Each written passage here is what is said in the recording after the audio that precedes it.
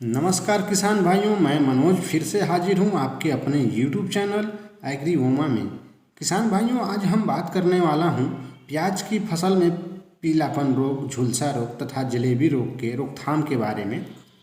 किसान भाइयों, प्याज में झुलसा रोग, पीलापन रोग एक बहुत ही बड़ी समस्या के रूप में दिखाई देता है, जिसके चलते उपज उत्पादन में काफ़ी कमी देखने को मिलती है। प्याज की फसल में पीलापन आने के 3 कारण विशेष रूप से होते हैं, जिसके चलते झुलसा रोग, पीलापन, जलेबी रोग लगने की संभावनाएं बनी रहती है। किसान भाइयों, पहला जो कारण है वह यह है कि हमारे खेत की उर्वरक शक्ति का कमज़ोर होना।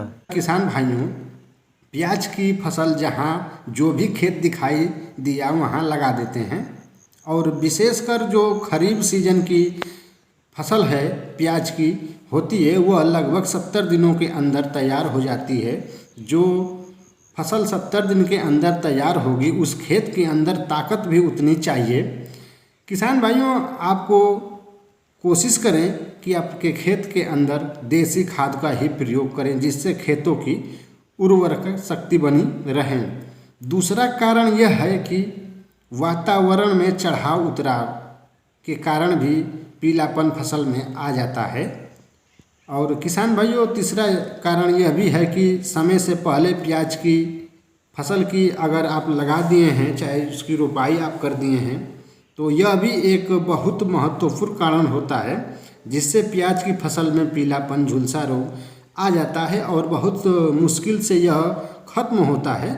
किसान भाइयों, अभी तक आपने चैनल को सब्सक्राइब नहीं किए हैं तो सब्सक्राइब कर लें, ताकि आने वाली वीडियो की नोटिफिकेशन जानकारी आपको मिलती रहे।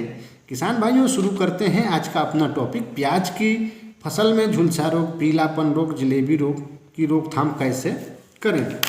सबसे पहले आप बीमारियों को कंट्रोल करने के लिए सिंचाई के समय DAP, नाइट्रोजन का प्रयोग करें। अगर पहले आप एक डोज दे चुके हैं तो 1 एकड़ में 25 किलो DAP और 15 किलो नाइट्रोजन और साथ ही साथ 10 kg न्यूट्रिएंट्स आप ले लीजिए। फसल के जड़ में कोई अगर समस्या है तो आप इसके साथ सल्फर 3 किलोग्राम प्रति एकड़ या कार्बेंडाजिम 50% 500 ग्राम प्रति एकड़ के हिसाब से अच्छी तरह से मिलाकर फसल में डाल दें और सिंचाई कर दें। निश्चित तौर पर आपकी जो फसल है आने वाले 4 से 5 दिनों में हरी भरी होकर शानदार तरीके से चलना शुरू कर देगी। यदि आप इतना नहीं कर पाते हैं तो दूसरे जो खाद्य पोषक तत्व हैं उन्हें डाल दें। Magnesium sulphate, ferrous sulphate, zinc sulphate, आप इन तीनों को अच्छी तरह से यूरिया में मिलाकर खेत में डाल दीजिए और सिंचाई कर दीजिए। आप देखेंगे 4 से 5 दिनों में आपकी फसल हरी भरी हो जाएगी।